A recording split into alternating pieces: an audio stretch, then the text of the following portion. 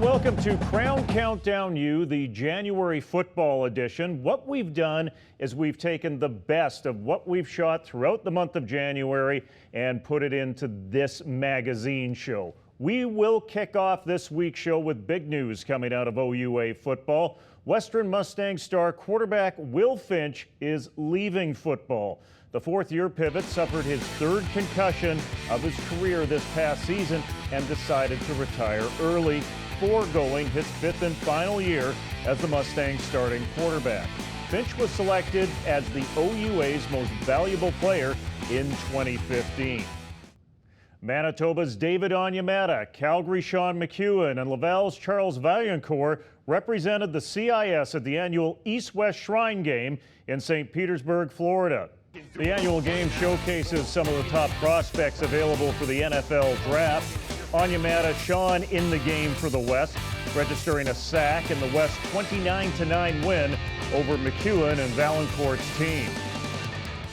Now, speaking of Onyemata, the Manitoba Bison's D lineman has been turning not only the heads of CFL scouts, but as you will see in this week's edition of Campus Corner, he is also getting the attention of those south of the border.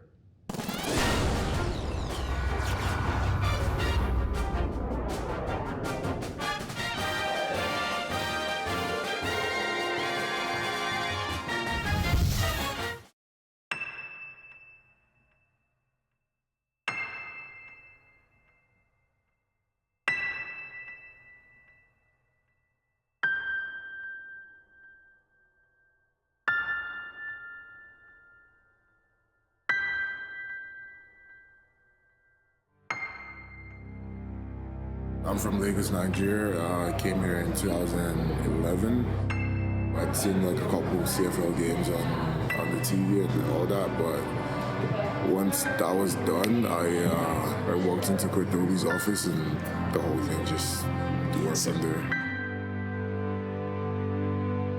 When David Onyemata arrived at my door, I was on the phone, and I kind of glanced to my left and sort of took a second take and thought, oh, please let this be a football player. David Onyemata should be a household name in just a few short months. He just finished playing his fourth season as a defensive lineman on the Manitoba Bison's football team and is a top-ranked CFL prospect with a good chance of playing in the NFL. Perhaps the most interesting part of his story is the first time he ever played football was right here at the University of Manitoba. He'd never seen a football before he stepped on our field. Now the bad news about that is he literally knew nothing. He didn't know the rules of the game. He didn't know how to play the game. He didn't know any fundamentals. Just getting used to the stance took me like pretty much a whole year to get used to that, but once that was like done, the season after that, I got the opportunity to start, and ever since then, it's just been going up, I guess, yeah. One of the most humble guys in this locker room, for sure. One of the most humble guys I know. His own story, what he's created for himself. A lot of people could start boasting about that, start bragging about it, start walking around with kind of, bigger shoulders, more broad shoulders, but he's been the guy that does all his work behind the scenes, and, now he's finally getting some recognition for it, and it's nice to see. I was away from home, being like an 18-year-old, like being 1,000 miles away from home, it took control in the mind, I guess. So sometimes just called my mom, like talk to her about it, but she just told me to hang in there, just stay back. So he learned from both sides of the ball, and he learned the right way, and he learned how to learn. That was a big part of it. He didn't take anything for granted. This season, David Onyemata won the prestigious J.P. Metros Trophy for Outstanding Down Lineman in the CIS after starting from nothing just 5 short years ago. He was selected to participate in the East-West Shrine Game in Florida this January, which is a top game for NFL scouts and prospects. The award winner is only one of 3 Canadians to attend this game this year. Going out there representing Canada, representing the CIS, and all the good players in the CIS, like it's a honor. Like, it's pretty good. He's generated so much look, so much interest from both standpoints. From the CFL standpoint, where he's a second-ranked player, I believe, right now by the CFL Scouting Bureau, but I really think Well, we've got a lot of NFL calls, so I think you know, that there's a real serious interest of David by a number of NFL teams, and hopefully whatever happens is going to happen. But I think there's good things on the way for David Onyemata. A man who never saw a football game until he turned 18 is now a prospect in the CFL and NFL drafts this coming spring. There's no question David Onyemata is going to be a professional football player. There's no question. It's a matter of which league and which team. Image of me 10 years from now, just being old and just chilling, I guess. But just going out there, like getting out of the tunnel, like going out there playing in front of people, like that's always the fun part of it. Yeah. So, will David Onyemata play in the 60,000-seat super stadiums of the NFL, or will it be right here where he learned to play the game? For Campus Corner, I'm Chris Zook.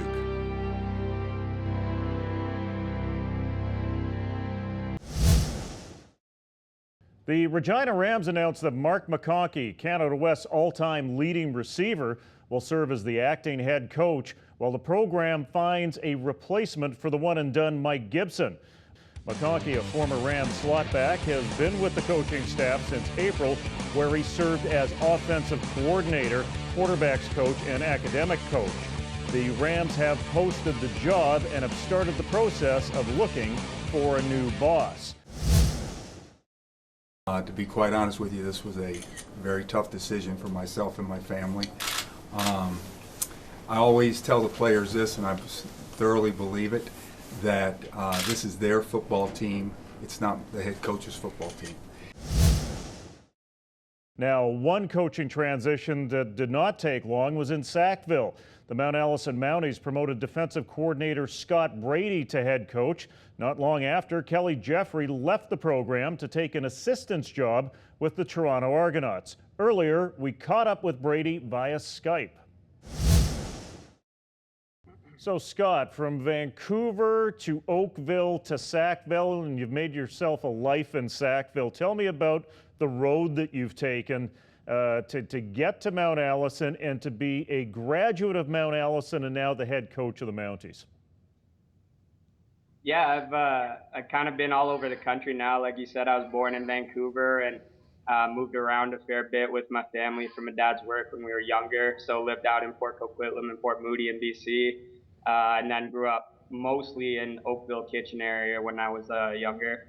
Played my high school ball at Iroquois Ridge High School in Oakville.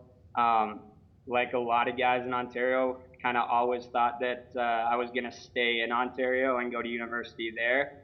And then I had a couple injuries right at the end of my high school career. I broke my hand my senior year of high school and had to kind of take my recruiting into my own hands and start looking around to see what would be available out there and what the best option for me was. And that search kind of led me out east here to Mount A. You're the youngest head coach in the CIS at the age of 28. Where is that an advantage and where is it a disadvantage? I would think advantage-wise, you're very relatable to the young student athlete that has to move across the country or come in from your own backyard to play for the team. That's got to be a plus. Yeah, absolutely. I think not just myself, but our entire coaching staff. Our offensive coordinator, he's a Mount Allison graduate. Our running backs coach, he's a Mount Allison graduate. He played running back when Eric LaPointe played here. And so right up through our staff, we've got a number of guys who have sat in the same classes, sat in the same chairs that our guys are. We know a lot of the same professors, so you can tell them, okay, this is what this class is all about. And it just makes it so much easier to relate to our guys when you're not that far removed from that experience yourself. Talk to me a bit about the transition between yourself and Kelly Jeffrey. You were named new head coach, I believe it was on November the 29th. It happened quite quickly. It seemed like things were set in place. Tell me how important it was to have a smooth transition, especially contrasting what's happening in Regina and what's happening in St. Mary's right now, where they're both going through a very long, extended and protracted decision about head coach. Yeah, I think I can't say enough about our athletic director and really our entire administration. They understood the importance of making sure that we found the right person for the head coaching job, but also that the transition was done as smoothly as possible. It makes a huge difference, especially with recruiting. You start to develop relationships with guys, and they want to know who they're going to be playing for. That's one factor that's big for a lot of guys in the recruiting process. And we already had those relationships in place.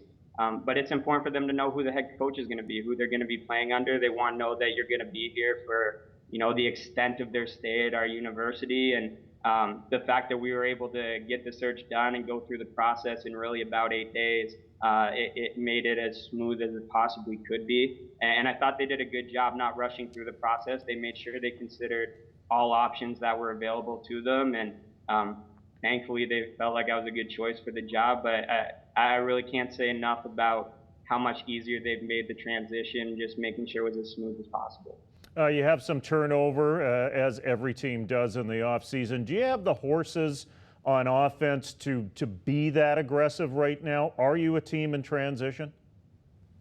No, I think we've got some incredible young talent in the program right now, both on offense and defense. I think one of the things I'm excited for about this year is that it's going to look different. There's going to be some new guys out there who have been working their butts off in our program for the last couple of years to develop. And I'm excited for them to get their chance to get out on the field and show what they can do. I think on offense, we've got some great explosive guys in our program. We've recruited really, really well at the skill positions the last couple of years. We've got great depth at running back. We've had Chris Reed and Kyle Lambersley have both been conference all-stars the last couple of years, and they're both just in their second year still. Idaho York was an explosive punt returner for us. Malik Richards was a great recruit coming in this last year, and Morgan Humes has been working well. Dakota Brush was an all-conference receiver. Josh Hicks, when he stepped in there towards the end of the season, he did a great job at the end of the year and really made a lot of plays. So I think we've got some dynamic kids in the program. We're going to push the ball downfield. We're going to be explosive on offense. We're going to attack, and I'm excited about what we're going to do on that side of the ball. We know that there are challenges for the AUS as a conference. Some of them are related to tuition fees. Some of them are related to your recruiting base in Atlantic Canada and resources. We had Blake Nill on here last week talking about the importance of the AUS and how important it is to not just survive and thrive. What's your opinion on where the AUS needs to go and what its place is in the CIS in terms of football? I think the AUS is one of the best conferences in the country to come go to school and play football. Like we talked about earlier, I grew up in Ontario. I came out here. The environment out east is it's one that a lot of people are really looking for, and the sense of community out here is incredible. There's a lot of people who, if they're exposed to what the communities, the towns, the universities are like out east, they would absolutely want to come to our schools and play football. It's not just Mount Allison, but a lot of schools out east. You can get an education that rivals anywhere in the country. You're going to be sitting in the smallest classrooms anywhere in the country. Football-wise, we're sending guys to the CFL, NFL every single year. We've been incredibly successful developing guys, and it, for my money, has some of the best coaching in the entire country. It's just something where, like you said, there's only 38 high schools even playing football in New Brunswick and Nova Scotia combined. So at that point, it does become a numbers game, and you have to have a strategy for recruiting nationally in order to attract good players to the program. I think one of the things that obviously gets said about the AUS is our relative lack of success in national semifinal games, but I think for 20 other programs in the country, it probably wouldn't be all that different. Once you get to that level, every single team is extremely talented, and we are going to continue working to get back to that level, but without a doubt, we have to continue to add talent to our rosters out here, and that's something that we're trying to do and every other school in the AUS is trying to do. I know you were 14 points away 2 years ago from making it through to a national final, even doing so on the road against McMaster. How does an AUS team make up that 14-point difference? I really think that we weren't that far away in that game. I mean, we didn't give up a single touchdown to one of the highest scoring offenses in the country in the entire first half.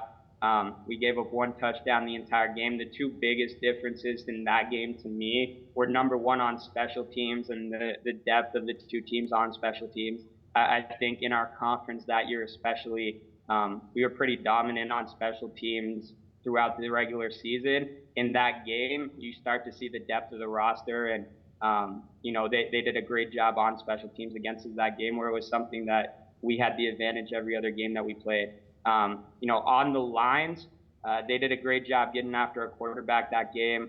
We didn't have a lot of answers for it. They did some stuff that was very different from what we saw in the regular season. And obviously, Coach Knox is an unbelievable defensive coach, and they had a great game plan for us. But we had our opportunities too. We were down in the red zone a couple times, didn't come away with enough points, and had we capitalized, it could have been a different game. Scott, thanks very much, and best of luck as you take the helm with the Mounties this year.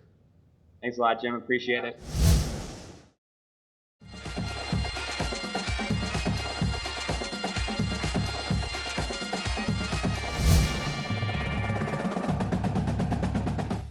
The CFL and our partners at Football Canada want to make sure we keep growing, promoting, and investing in a safe game. Football Canada now requires all amateur coaches to be safe contact trained by 2017. By creating a standard of safety for all in our football community, we're making an already great game even better. Make sure your youth coach is safe contact trained, because making a safe game means making a better game.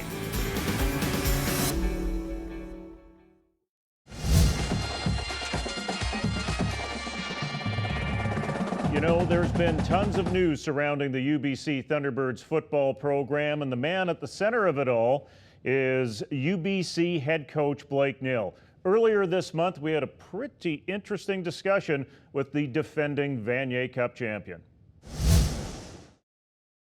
Now joined by Vanier Cup champion head coach Blake Nill of the UBC Thunderbirds. Blake, it's great to be a champion. You didn't bring the trophy in with you, but we have it on the wall there for you.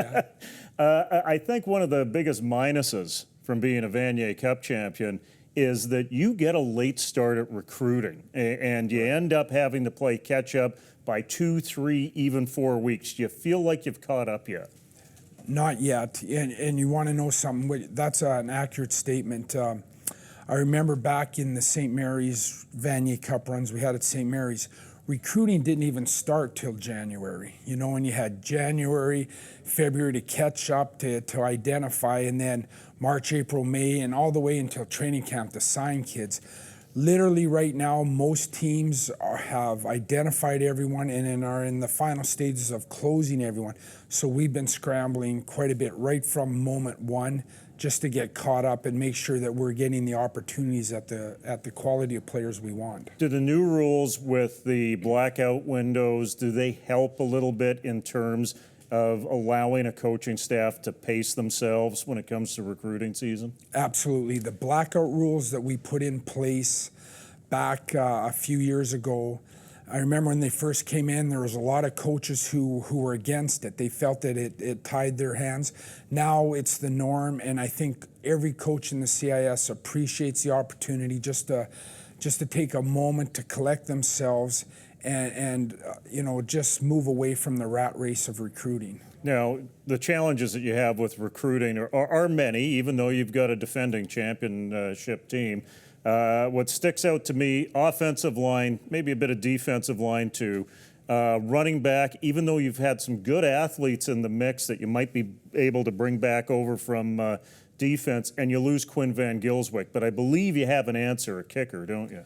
Yeah, specifically, I would say the biggest areas of concern for us are our offensive line, which is always a concern of mine.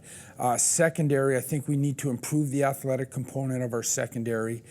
We're able, I should say, to bring in a fairly touted recruit in Greg Hutchins, who I think will give us an answer to the vacancy left by Quinn.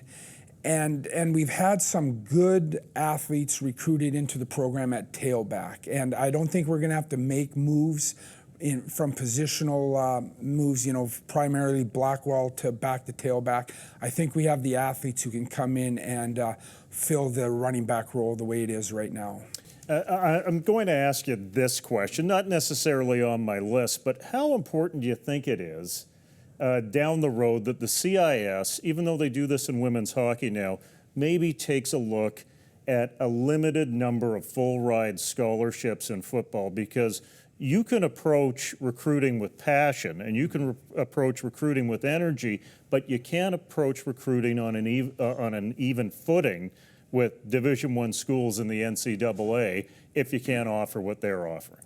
And you know what, Jim? At some point, I think the CIS and the football coaches or the administrators are going to have to look at that. The difficulty, of course, comes with the sheer numbers you're talking about.